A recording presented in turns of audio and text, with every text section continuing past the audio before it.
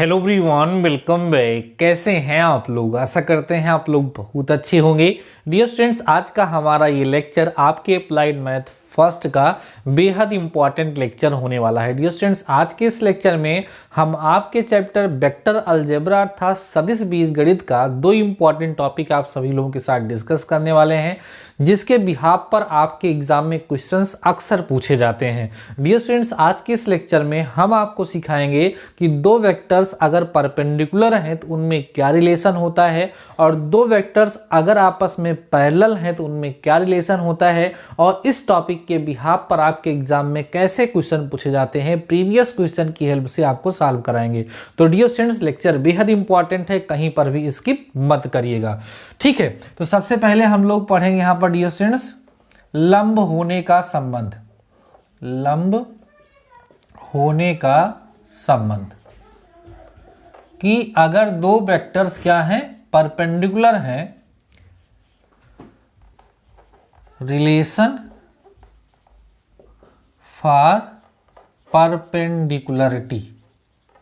ठीक है, अगर दो वेक्टर्स क्या है डियर स्टूडेंट्स, परपेंडिकुलर हैं तो उनमें क्या रिलेशन होता है, ये हम सभी लोग यहां पर डिस्कस करेंगे। तो डियर स्टूडेंट्स, आपको पढ़ाया गया है कि सबसे पहले तो हम यहां सब लेट कर लेते हैं।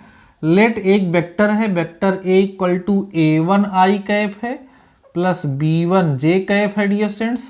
ठीक है, और प्लस c1 k कैप है, ऐसा हम लेट कर लेते हैं। एंड एक दूसरा वेक्टर है, वेक्टर b है, जो कि a2 i कैप ले लीजिए प्लस b2 j कैप ले लीजिए प्लस c2 k कैप, ऐसे आप ले लीजिए। आप कहोगे if A vector perpendicular to B vector, या आप ऐसे कह सकते हो B vector perpendicular to A vector, मतलब ये दोनों वेक्टर्स आपस में क्या है, परपेंडिकुलर हैं। तो आपको पढ़ाया गया है कि दो वेक्टर्स अगर परपेंडिकुलर है तो उनका डॉट प्रोडक्ट क्या होता है, जीरो होता है। देयरफॉर ए वेक्टर डॉट बी वेक्टर जो होगा डियर स्टूडेंट्स क्या कर दिया जाता है, जीरो। तो यहां पर a1 i cap plus b1 j cap plus c1 k cap dot a2 i cap plus b2 j cap plus c2 k cap equal to क्या हो जाएगा, जीरो हो जाएगा। तो आपको पता है डॉट प्रोडक्ट कैसे निकालते हैं, i को i के साथ, j को j के साथ और k को k के साथ। तो i को i के साथ करेंगे डियर स्टूडेंट्स, क्या मिलेगा, a1 a2 plus b1 b2 plus c1 c2 equal to zero. यही होता है डियर स्टूडेंट्स दो वेक्टर्स के परपेंडिकुलर होने का रिलेशन, यही होता है दो वेक्टर्स के लंबवत होने का संबंध। हमें दो वेक्टर्स जब दिए गए होंगे और कभी कभी कह देगा प्रूफ करिए कि दोनों वेक्टर्स परपेंडिकुलर हैं, कभी कह देगा परपेंडिकुलर नहीं है, तो उस केस में उनका डॉट प्रोडक्ट निकाल के जीरो दिखा देंगे तो प्रूफ हो जाएगा वो परपेंडिकुलर हैं। उनका डॉट प्रोडक्ट निकालेंगे, जीरो नहीं होगा तो प्रूफ हो जाएगा वो परपेंडिकुलर नहीं है। बात समझ में आ रही है? और कभी कभी उसमें एक कांस्टेंट दे करके उसकी वैल्यू हमसे पूछ लेता है, जैसे कि प्रीवियस ईयर में क्वेश्चन पूछा गया, मैं आप सभी लोगों को उसको करके दिखाता हूं। बहुत ही इंपॉर्टेंट क्वेश्चन है, ध्यान समझिएगा। आप इस लॉजिक का भी यूज कर सकते हैं या डायरेक्ट ये रिलेशन भी आप यूज कर सकते हैं अपने एग्जाम में। आइए क्वेश्चन आपको करके दिखा दें, जो कि 2008 में पूछा गया है।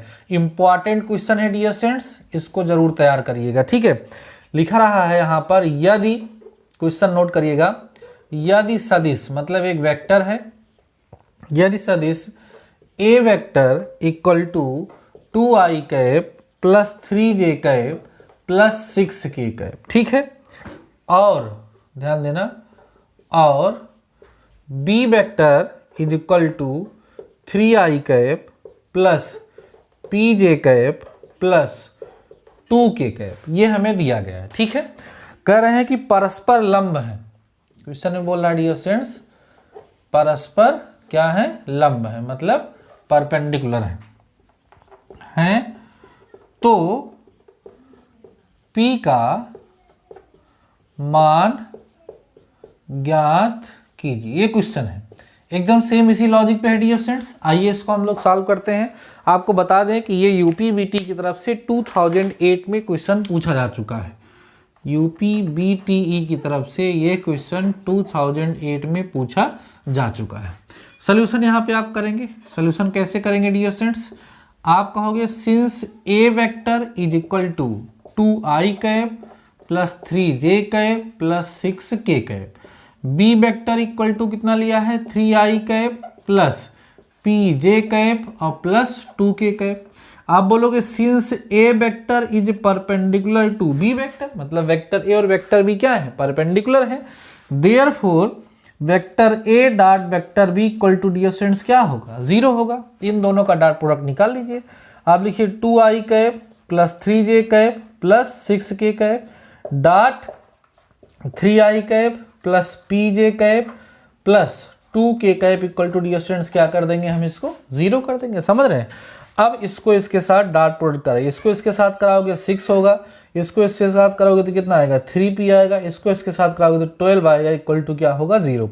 तो 6 और 12 18 होगा, तो 3p इक्वल टू उधर जाएगा -18, तो p इक्वल टू कितना आएगा डियर स्टूडेंट्स -6। p की वैल्यू हमें कितनी मिल जाएगी, -6 मिल जाएगी। तो ये है इसका कंसेप्ट और ये है इसके बिहाफ पर क्वेश्चन।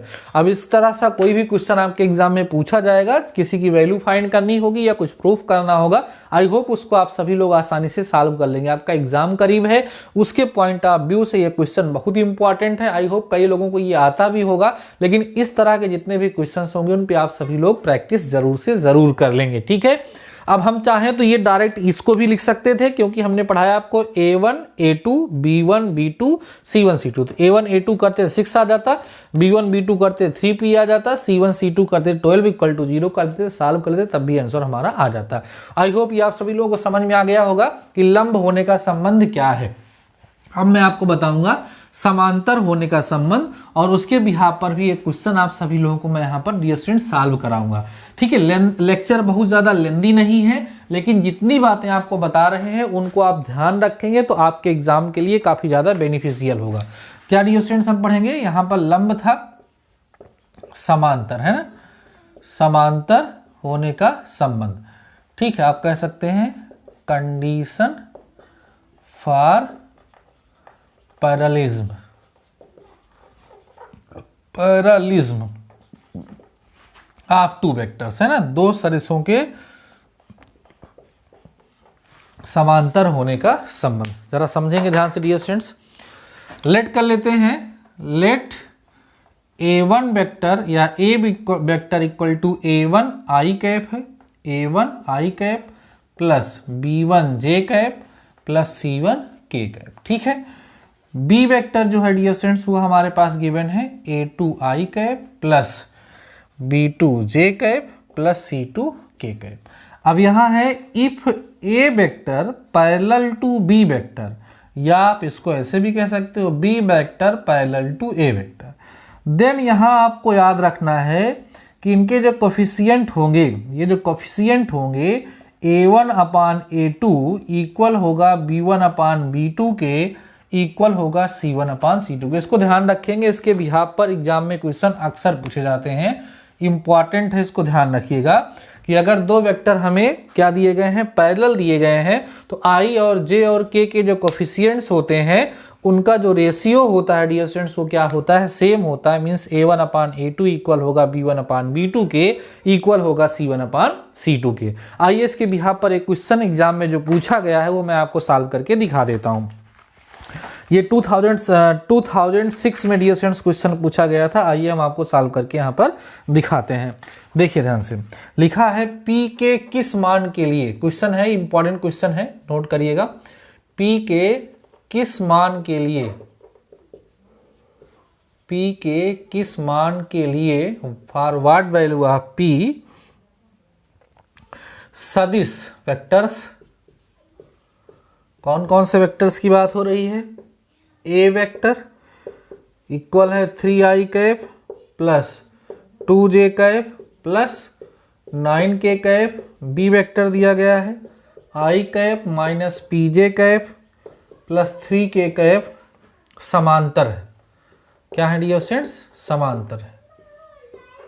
ठीक है, समांतर है अर्थात पैरेलल है, और जैसा कि मैंने आपको बताया कि ये क्वेश्चन 2006 में पूछा जा चुका है, सो इम्पॉर्टेंट है। ठीक है, आइए समझते हैं ध्यान से। चीज़ों को ध्यान से समझेंगे तो आपको बेहतर तरीके से समझ में आ जाएगा। ठीक है, अब यहाँ पे देखिए ध्यान से, सॉल्यूशन जब करेंगे तो आप जो है यहाँ पर ए वेक्टर क्या है 3i cap plus 2j cap plus 9k cap. अब यहाँ आप चाहें तो a1 निकाल लें, 3 आएगा, b1 2 आएगा और c1 कितना आएगा डियर स्टूडेंट्स 9 आएगा। बी वेक्टर जो गिवन है वो i कैप है माइनस pj कैप है और प्लस कितना है 3k कैप है। यहाँ से आप a2 निकालेंगे तो 1 आएगा, b2 निकालेंगे तो माइनस p आएगा, c2 निकालेंगे डियर स्टूडेंट्स तो 3 आएगा।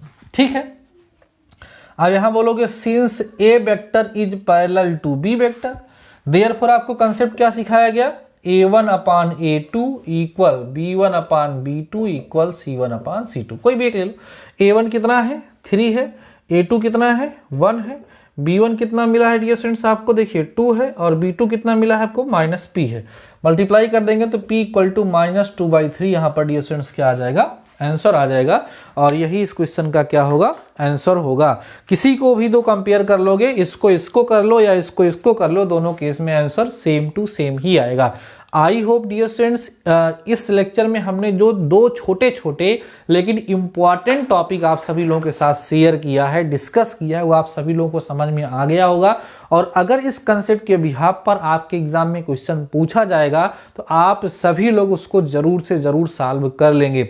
डियर स्टूडेंट्स, अगर आप सभी लोगों को लेक्चर पसंद आया है, इस लेक्चर में जो टॉपिक मैंने आपको समझाया वो आपको समझ में आ गया है, तो मुझे कमेंट सेक्शन में कमेंट करके जरूर से जरूर बताइएगा, जिससे हम आप सभी लोगों की हेल्प करने के लिए और भी इस तरह से लेक्चर्स आपको प्रोवाइड करा सकें। किसी प्रकार का कोई डाउट है, कोई क्वेश्चन है तो आप कमेंट सेक्शन में कमेंट करके जरूर से जरूर पूछिएगा। बाकी डियर स्टूडेंट्स, आज के इस लेक्चर में बस इतना ही। मिलते हैं नेक्स्ट लेक्चर के साथ, नेक्स्ट टॉपिक के साथ। तब तक लिए शानदार रहिए और पढ़ते रहिए।